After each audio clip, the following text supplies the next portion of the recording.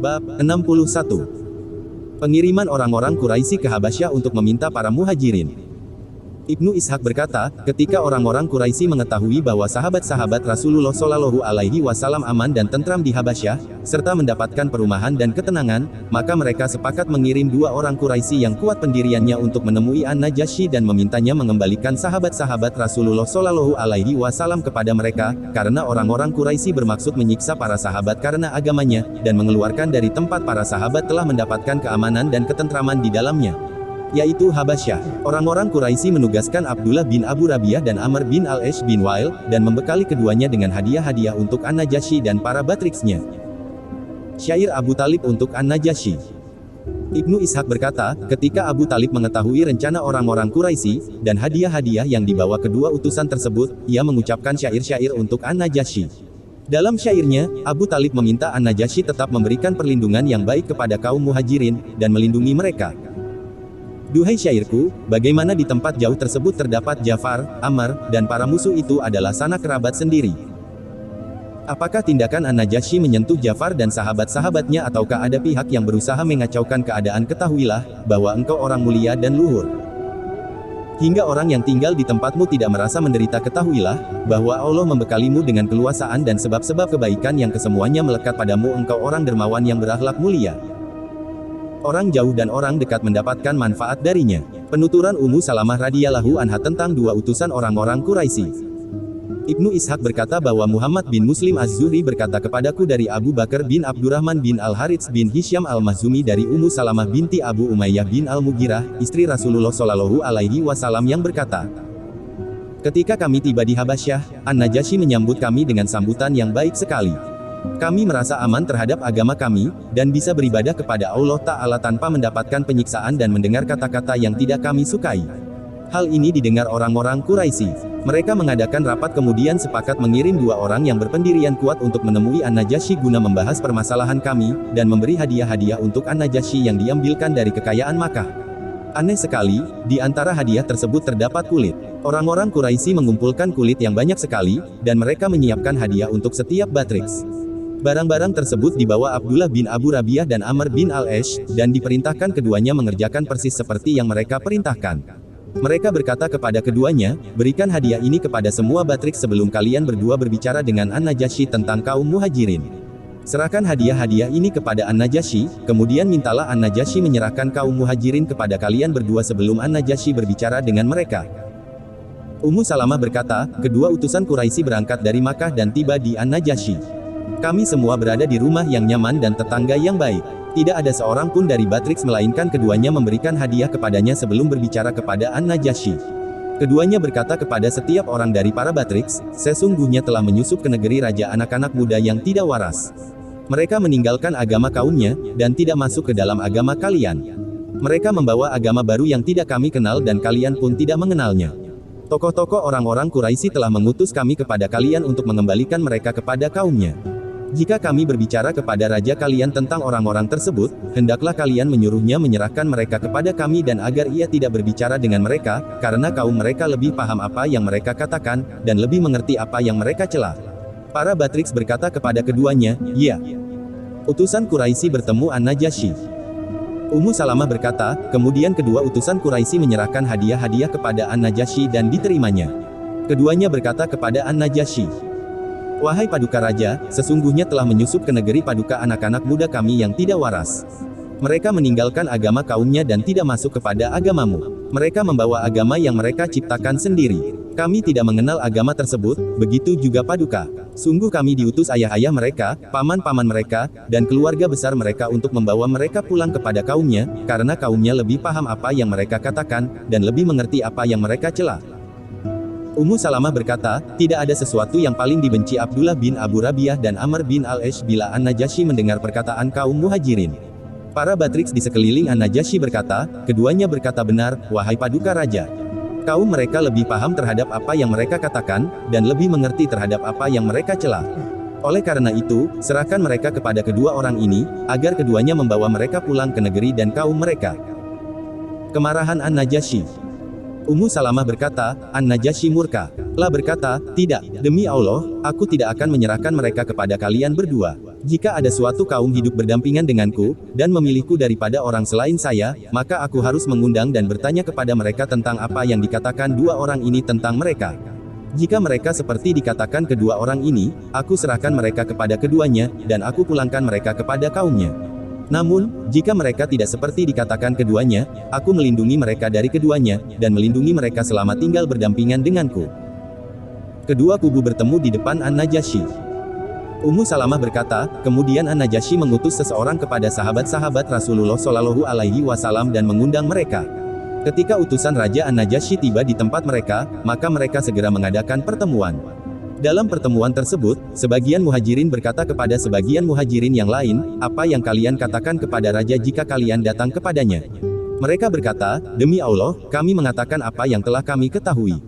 Apa yang diperintahkan Nabi dalam hal ini itulah yang akan kita kerjakan. Ketika mereka tiba di tempat An-Najasyi yang ketika itu juga memanggil para uskupnya yang kemudian menebarkan mushaf-mushaf mereka di sekitar An-Najasyi. An-Najasyi bertanya kepada muhajirin, apa sih sebenarnya yang berbeda agama kalian dengan agama kaum kalian, dan mengapa kalian tidak masuk ke dalam agamaku, serta tidak masuk ke dalam salah satu dari agama-agama yang ada? Perkataan Ja'far radhiyallahu anhu. Ummu Salamah berkata, orang yang menjawab pertanyaan An-Najasyi ialah Ja'far bin Abu Talib. La berkata kepada An-Najasyi, wahai paduka raja, tadinya kami kaum jahiliyah. Kami menyembah patung-patung, memakan bangkai, berzina, memutus silaturahim, menyakiti tetangga, dan orang kuat di antara kami memakan orang lemah. Itulah keadaan kami hingga Allah mengutus seseorang dari kami menjadi rasul kepada kaum kami.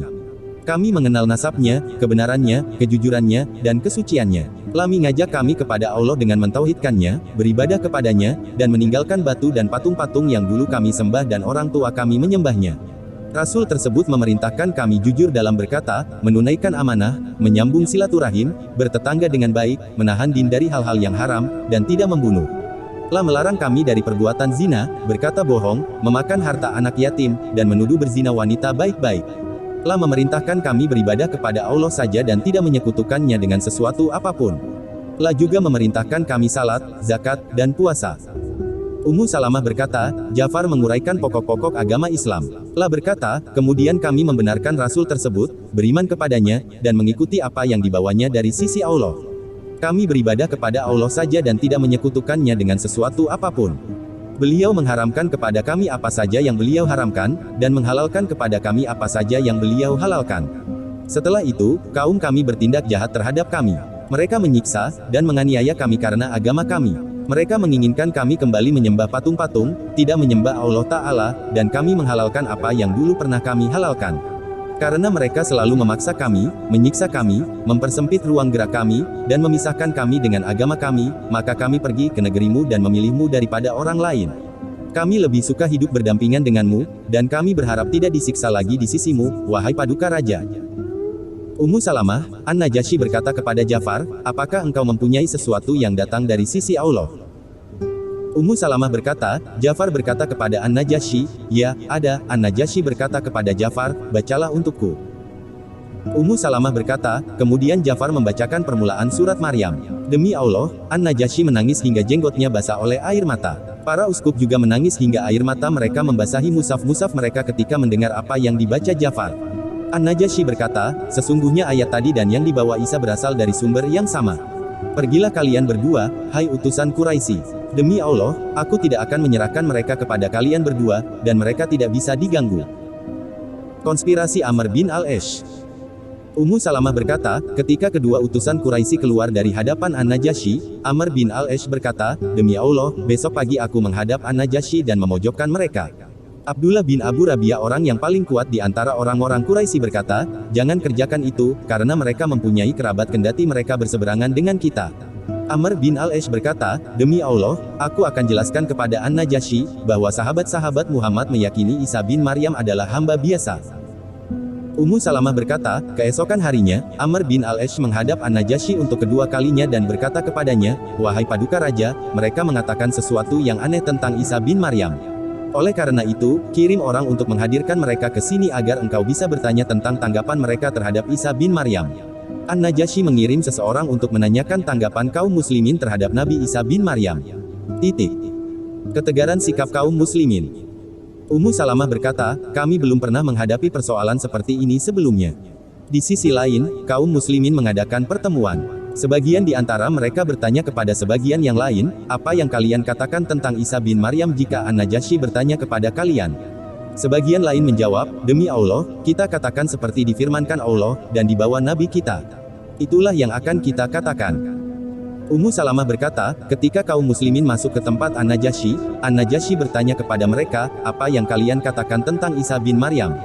Ja'far menjawab, menurut kami, Isa bin Maryam ialah seperti dikatakan Nabi kami bahwa Isa adalah hamba Allah, Rasulnya, Ruhnya, dan kalimatnya yang ditiupkan ke dalam rahim Maryam yang perawan. An-Najasyi membungkuk ke tanah guna mengambil tongkat, kemudian berkata, demi Allah, apa yang dikatakan Isa bin Maryam tentang tongkat ini tidak berbeda dengan apa yang engkau katakan. Ummu Salamah berkata, para Batriks yang ada di sekitar An-Najasyi pun mendengus ketika mendengar apa yang dikatakan An-Najasyi. An-Najasyi berkata, kendati kalian mendengus kepada kaum muslimin, An-Najasyi berkata, pergilah, kalian aman di negeriku. Barang siapa menghina kalian, ia merugi. Barang siapa menghina kalian, ia merugi. Barang siapa menghina kalian, ia merugi. Aku tidak suka memiliki gunung dari emas. Konon An-Najasyi juga berkata, kalian aman, dan aku dulu pernah menyakiti salah seorang dari kalian. Kembalikan hadiah-hadiah ini kepada dua orang utusan Quraisy, karena aku tidak membutuhkannya. Demi Allah, Allah tidak mengambil suap dariku ketika Dia mengembalikan kekuasaan kepadaku kemudian aku mengambil suap di dalamnya. Manusia juga tidak patuh kepadaku hingga kemudian aku harus taat di dalamnya. Kemudian kedua utusan Quraisy keluar dari hadapan An-Najasyi dalam keadaan terpukul hatinya dan hadiah-hadiah yang dibawanya ditolak An-Najasyi. Sedang kami tetap tinggal di negeri An-Najasyi dengan nyaman dan tetangga yang baik. Kegembiraan kaum muslimin dengan kemenangan An-Najasyi atas musuhnya. Ummu Salamah berkata, demi Allah, kami tetap berada dalam keadaan yang aman hingga muncul seorang dari Habasyah yang berusaha menjatuhkan An-Najasyi dari kursi kerajaan. Demi Allah, kami belum pernah melihat diri kami sedih seperti kesedihan saat itu. Kami khawatir orang tersebut bisa menjatuhkan An-Najasyi, akibatnya tampillah orang yang tidak mengetahui hak kami, sebagaimana An-Najasyi mengetahui hak kami. Ummu Salamah menambahkan, An-Najasyi berangkat menemui lawannya dan tidak ada yang memisahkan kedua belah pihak melainkan luasnya Sungai Nil. Sahabat-sahabat Rasulullah Shallallahu Alaihi Wasallam berkata, siapa yang berani keluar untuk melihat jalannya peperangan kaum tersebut, kemudian ia datang kepada kita dengan membawa berita yang baik. Ummu Salamah berkata, Az-Zubair bin Al-Awwam berkata, saya siap. Mereka berkata, engkau, Az-Zubair adalah orang yang paling muda di antara kami. Sahabat-sahabat Rasulullah Shallallahu Alaihi Wasallam mengisi tempat air untuk Az-Zubair bin Al-Awwam dan menggantungkannya di dadanya. Kemudian Az-Zubair berangkat dalam keadaan seperti itu menuju tepi Sungai Nil, tempat kedua belah pasukan bertemu, dan tiba di tempat mereka. Kami semua berdoa kepada Allah agar memenangkan An-Najasyi atas musuhnya, dan memberikan stabilitas di negaranya. Demi Allah, kami berharap seperti itu. Tiba-tiba Az-Zubair sambil memberi isyarat dengan bajunya, ia berkata, ketahuilah dan bergembiralah, karena An-Najasyi menang, Allah membinasakan musuhnya, dan memberikan stabilitas di negaranya. Demi Allah, kami belum pernah melihat diri kami sebahagia hari itu. Setelah itu, An-Najasyi pulang. Allah membinasakan musuhnya, dan memberikan stabilitas di negaranya. Habasyah pun semakin solid dalam kepemimpinan An-Najasyi. Kami tinggal di dalamnya dengan aman hingga pulang ke Makkah bertemu dengan Rasulullah Shallallahu Alaihi Wasallam lagi. Oh. Bab 62. Kisah penguasaan An-Najasyi terhadap Habasyah.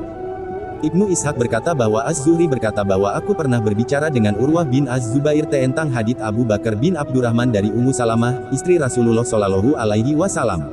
Urwah bin Az-Zubair berkata kepada Az-Zuhri, tahukah engkau ucapan An-Najasyi, Allah tidak mengambil suap dariku ketika dia mengembalikan kekuasaan kepadaku kemudian aku mengambil suap di dalamnya. Manusia juga tidak patuh kepadaku hingga kemudian aku taat di dalamnya. Aku berkata, tidak tahu. Urwah bin Az-Zubair berkata, sesungguhnya Ummul Mukminin, Aisyah berkata kepadaku bahwa ayah An-Najasyi adalah raja kaumnya dan tidak mempunyai anak selain An-Najasyi. An-Najasyi mempunyai paman yang mempunyai anak berjumlah 12 orang. Mereka adalah keluarga istana Habasyah. Orang-orang Habasyah berkata, bagaimana kalau kita bunuh saja ayah An-Najasyi kemudian kita angkat saudaranya sebagai raja baru, karena ayah An-Najasyi tidak mempunyai anak selain anak muda ini, sedang saudara ayahnya mempunyai 12 anak kemudian mereka mewarisi kerajaan sepeninggal kematian ayahnya. Orang-orang Habasyah dalam keadaan seperti itu hingga beberapa waktu. Kemudian mereka menyiksa ayah An-Najasyi dan membunuhnya. Sepeninggalnya, mereka mengangkat saudara ayah An-Najasyi sebagai raja baru. Mereka hidup seperti itu hingga waktu tertentu. Di sisi lain, An-Najasyi hidup bersama pamannya. An-Najasyi anak yang cerdas dan berkemauan keras hingga berhasil mengungguli pamannya, dan menurunkan pamornya. Ketika orang-orang Habasyah mengetahui kedudukan An-Najasyi dibandingkan pamannya, mereka berkata, "Demi Allah, anak muda ini berhasil mengatasi pamannya. Kami takut ia diangkat menjadi raja atas kami. Jika ia diangkat sebagai raja kami, pasti ia membunuh kami semua, karena ia mengetahui bahwa kami telah membunuh ayahnya." Kemudian mereka berjalan menuju tempat pamannya dan berkata, "Engkau bunuh anak muda ini, atau engkau mengusirnya dari kami, karena kami khawatir ia merusak keselamatan diri kami." Pamannya berkata, "Celakalah kalian, aku membunuh ayahnya kemarin, kemudian harus membunuh anaknya pada hari ini. Usirlah dia dari negeri kalian." Orang-orang Habasyah menjual An-Najasyi kepada pedagang budak. Aisyah berkata, orang-orang Habasyah membawa An-Najasyi ke pasar, kemudian menjualnya kepada seorang pedagang dengan harga 600 dirham. Pedagang tersebut memasukkan An-Najasyi ke dalam perahu, kemudian perahu berjalan membawa An-Najasyi. Pada petang hari itu juga, awan musim gugur bertiup. Paman An-Najasyi keluar rumah untuk meminta hujan di bawah awan tersebut, tiba-tiba ia terkena petir hingga tewas. Aisyah berkata, orang-orang Habasyah terkejut melihat anak sang raja, karena ia ternyata orang bodoh dan tidak memiliki kebaikan. Permasalahan orang-orang Habasyah pun menjadi carut-marut. Karena kondisi sulit yang mereka hadapi, sebagian dari mereka berkata kepada sebagian lain, "Demi Allah, hendaklah kalian belajar, karena sesungguhnya raja kalian yang mampu menangani persoalan adalah raja yang telah kalian jual pagi tadi. Jika kalian masih mempunyai perhatian terhadap permasalahan Habasyah, carilah dia." Aisyah berkata, mereka mencari An-Najasyi dan mencari pedagang yang membelinya. Ketika mereka berhasil menemukannya, mereka mengambilnya dari pedagang tersebut. An-Najasyi menjadi raja Habasyah. Aisyah berkata, kemudian mereka membawa An-Najasyi pulang ke Habasyah, lalu memakaikan mahkota kepadanya, mendudukkan di singgasana raja, dan mengangkatnya sebagai raja.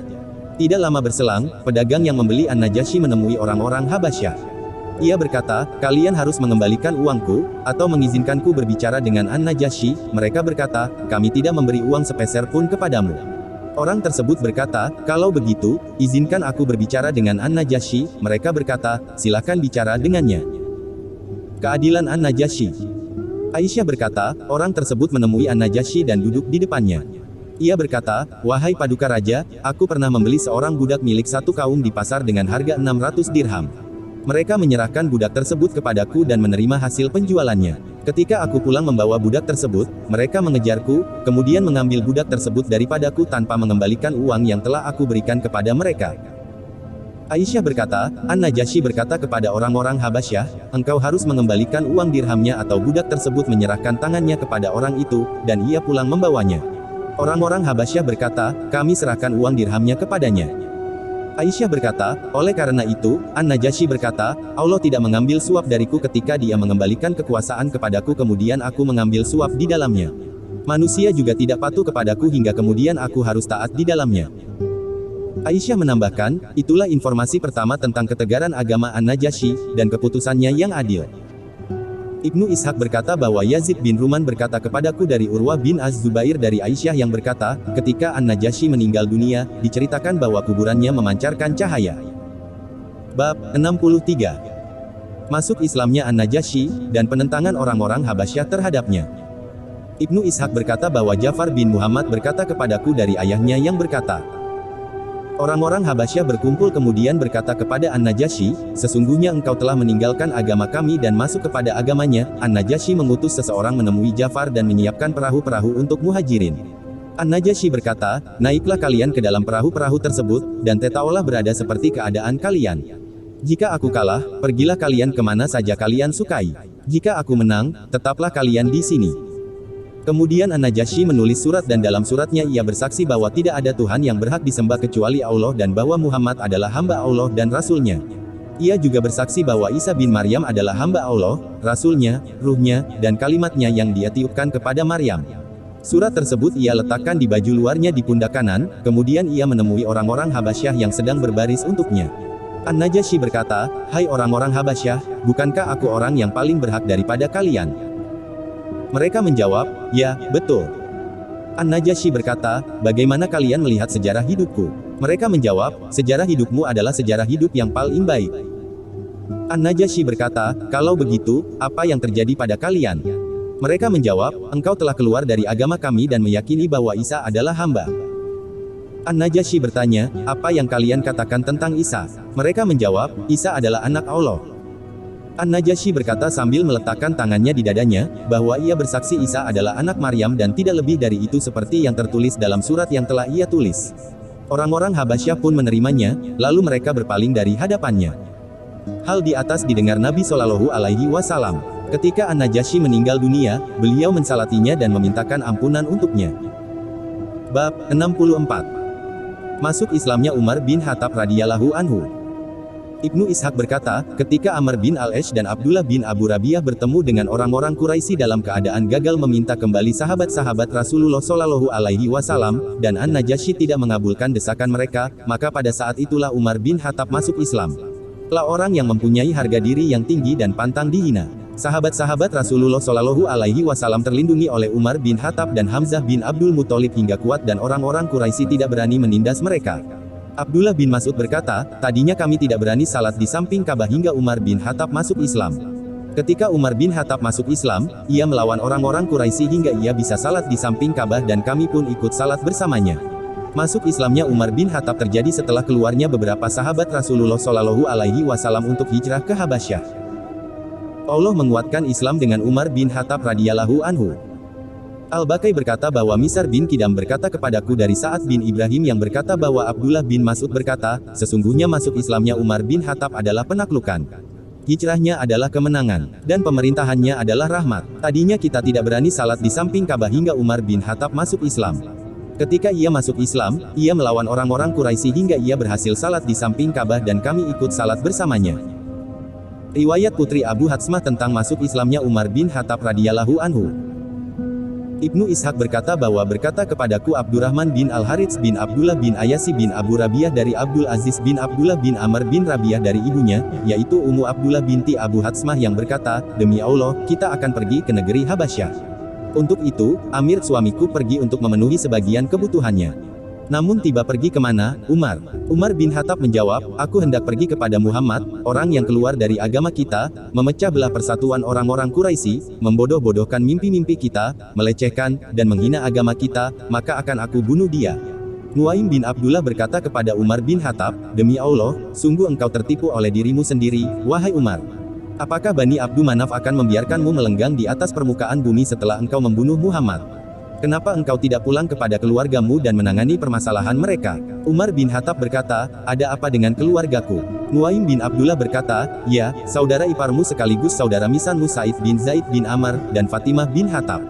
Sungguh, demi Allah, keduanya telah masuk Islam, dan mengikuti agama Muhammad. Oleh karena itu, perhatikan keduanya. Umar bin Khattab berbalik arah menuju rumah saudaranya dan saudara iparnya. Ketika itu di rumah keduanya terdapat Habab bin Al-Arat yang sedang membacakan surat Taha kepada keduanya. Ketika mereka bertiga mendengar suara Umar bin Khattab, Habab bin Al-Arat bersembunyi di tempat persembunyian atau di salah satu rumah, sedang Fatimah binti Khattab bergegas mengambil lembaran surat Taha dan menyimpannya di bawah pahanya. Ketika mendekati rumah tersebut, sesungguhnya Umar bin Khattab telah mendengar pembacaan surat Taha oleh Habab kepada keduanya. Ketika Umar bin Khattab telah masuk rumah, ia berkata, suara apa tadi yang aku dengar? Sa'id bin Zaid dan Fatimah menjawab, aku tidak mendengar suara apa-apa. Umar bin Khattab berkata, demi Allah, sungguh aku telah mendapatkan berita bahwa kalian berdua telah mengikuti agama Muhammad. Kemudian Umar bin Khattab memukul saudara iparnya, Sa'id bin Zaid, dan Fatimah pun bangkit melindungi suaminya dari pukulan Umar bin Khattab. Umar bin Khattab memukul Fatimah hingga terluka. Karena Umar bin Khattab bersikap seperti itu, Fatimah dan suaminya berkata, ya, kami telah masuk Islam, beriman kepada Allah dan Rasul-Nya. Silakan perbuat apa saja yang engkau inginkan kepada kami. Ketika Umar bin Khattab melihat darah di tubuh adik perempuannya, ia menyesali tindakannya. Ia menyadari kekeliruannya, kemudian ia berkata kepada adik perempuannya, coba berikan lembaran yang aku dengar tadi agar aku melihat apa sesungguhnya yang dibawa Muhammad. Umar bin Khattab adalah seorang penulis. Ketika Umar bin Khattab berkata seperti itu, adik perempuannya berkata kepadanya, sungguh, kami khawatir engkau merampas lembaran tersebut. Umar bin Khattab berkata, engkau tidak perlu takut. Umar bin Khattab bersumpah kepada adik perempuannya dengan menyebut nama Tuhannya, bahwa ia pasti mengembalikan lembaran tersebut kepadanya jika telah selesai membacanya. Ketika Umar bin Khattab berkata seperti, Fatimah menginginkan Umar bin Khattab masuk Islam. Ia berkata kepada Umar bin Khattab, "Saudaraku, sesungguhnya engkau najis, karena engkau musyrik. Sesungguhnya lembaran ini tidak boleh disentuh kecuali oleh orang yang suci." Kemudian Umar bin Khattab berdiri lalu mandi. Usai mandi, Fatimah memberikan lembaran tersebut kepadanya. Di lembaran tersebut tertulis, "Taha." Umar bin Khattab membacanya. Ketika ia membaca permulaan surat tersebut, ia berkata, "Alangkah bagusnya dan mulianya perkataan ini." Ketika Habab bin Al-Arat mendengar ucapan Umar bin Khattab tersebut, ia keluar dari persembunyiannya dan menemui Umar bin Khattab.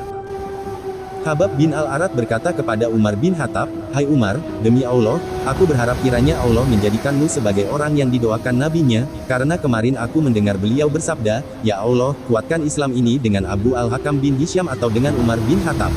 Allah, dan Allah, wahai Umar." Umar bin Khattab berkata, "Hai Habab, tunjukkan kepadaku di mana Muhammad berada karena aku akan ke sana kemudian masuk Islam." Habab bin Al-Arat berkata kepadanya, "Beliau berada di Safa di salah satu rumah bersama beberapa orang dari sahabat-sahabatnya."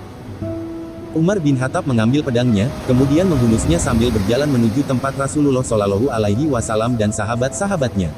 Ia dobrak pintu rumah tempat berkumpul para sahabat. Ketika mereka mendengar suaranya, salah seorang dari sahabat-sahabat Rasulullah Shallallahu Alaihi Wasallam mengintip dari celah-celah pintu dan melihat Umar bin Khattab sedang menghunus pedang. Sahabat tersebut kembali kepada Rasulullah Shallallahu Alaihi Wasallam dalam keadaan takut. Ia berkata, "Wahai Rasulullah, dia Umar bin Khattab sedang menghunus pedangnya." Hamzah bin Abdul Muthalib berkata, "Biarkan dia masuk. Jika ia menginginkan kebaikan, kita berikan kebaikan kepadanya. Jika ia menginginkan keburukan, kita bunuh dia dengan pedangnya sendiri." Rasulullah Shallallahu Alaihi Wasallam bersabda, "Biarkan dia masuk." Salah seorang dari sahabat Rasulullah Shallallahu Alaihi Wasallam membukakan pintu untuk Umar bin Khattab, kemudian Rasulullah Shallallahu Alaihi Wasallam menyongsong kedatangannya dan menemuinya di bilik. Beliau mengambil tempat tali celana atau ikatan bajunya, kemudian menarik Umar bin Khattab dengannya dengan tarikan keras, sambil bersabda kepadanya, "Apa yang menyebabkan engkau datang kemari, hai anak Khattab? Demi Allah, aku melihat bahwa jika engkau tidak menghentikan tindakanmu selama ini, Allah akan menurunkan siksa kepadamu." Umar bin Khattab menjawab, "Wahai Rasulullah, aku datang kepadamu untuk beriman kepada Allah, Rasul-Nya, dan apa saja yang engkau bawa dari Allah." Mendengar jawaban Umar bin Khattab, Rasulullah Shallallahu Alaihi Wasallam bertakbir dengan keras, dan karena takbir itulah sahabat-sahabat di rumah tersebut mengetahui bahwa Umar bin Khattab telah masuk Islam. Kemudian sahabat-sahabat Rasulullah Shallallahu Alaihi Wasallam bangkit dari tempat mereka dan merasa kuat dengan keislaman Umar bin Khattab dan Hamzah bin Abdul Muthalib. Mereka tahu dengan jelas bahwa keduanya akan membentengi Rasulullah Shallallahu Alaihi Wasallam dan dengan keduanya mereka menghadapi musuh-musuh Islam. Itulah hadits riwayat para perawi Madinah tentang keislaman Umar bin Khattab ketika ia masuk Islam. Riwayat Atta dan Mujahid. Ibnu Ishaq berkata bahwa Abdullah bin Abu Naji al-Makki berkata kepadaku dari sahabat-sahabat Atta dan Mujahid, atau dari orang yang meriwayatkannya bahwa keislaman Umar bin Khattab seperti mereka katakan bahwa Umar bin Khattab pernah berkata, "Aku tadinya jauh dari Islam. Aku pecandu minuman keras. Aku amat menyukainya dan meminumnya. Dulu kami mempunyai markas tempat orang-orang Quraisy bertemu. Markas tersebut terletak di bukit kecil di pemukiman keluarga Umar bin Abde bin Imran al-Mahzumi. Pada suatu malam, aku keluar rumah untuk mencari teman-temanku di markas tersebut. Aku mendatangi tempat mereka, namun tidak menemukan seorang pun dari mereka di dalamnya. Aku berkata, sebaiknya aku pergi ke si fulan penjual minuman keras, karena ia menjual minuman keras di Makkah agar aku mendapatkan minuman keras di dalamnya kemudian menenggaknya. Kemudian aku pergi ke tempat si fulan tersebut, namun tidak bertemu dengannya. Aku berkata, sebaiknya aku pergi ke Ka'bah kemudian tawaf di dalamnya 7 atau 70 kali. Kemudian aku datang ke masjid untuk tawaf di Ka'bah, namun tiba-tiba Rasulullah Shallallahu Alaihi Wasallam sedang berdiri salat. Jika beliau salat, beliau menghadap Syam, dan menjadikan Ka'bah di antara beliau dengan Syam. Tempat salat beliau di antara dua tiang, tiang hitam dan tiang Yamani. Ketika melihat beliau, aku berkata, demi Allah, alangkah baiknya jika aku mendekat kepada Muhammad pada malam ini agar aku mendengar apa yang beliau katakan. Aku juga berkata, seandainya aku mendekat kepada beliau dan mendengarkan apa yang beliau katakan, pasti aku mengagetkan beliau.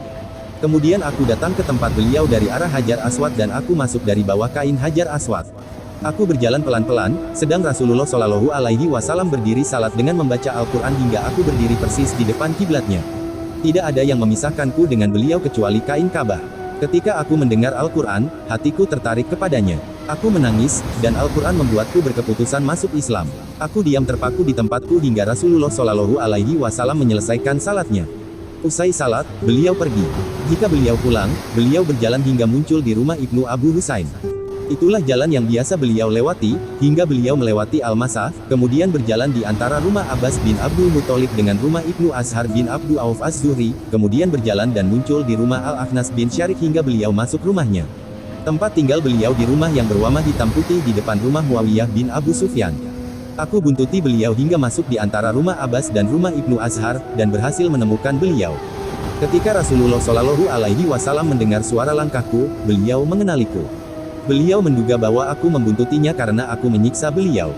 Beliau menghardikku, kemudian bersabda, "Apa yang mendorongmu datang pada jam seperti ini, wahai anak Khattab?" Aku menjawab, "Aku datang untuk beriman kepada Allah dan Rasul-Nya, serta kepada apa saja yang dibawa Rasul-Nya dari Allah." Rasulullah Shallallahu Alaihi Wasallam memuji Allah kemudian bersabda, "Sungguh Allah telah memberi petunjuk kepadamu, wahai Umar." Setelah itu, beliau memegang dadaku dan mendoakan biar aku tegar. Kemudian aku berpaling dari Rasulullah Shallallahu Alaihi Wasallam, sedang beliau masuk kepada keluarganya.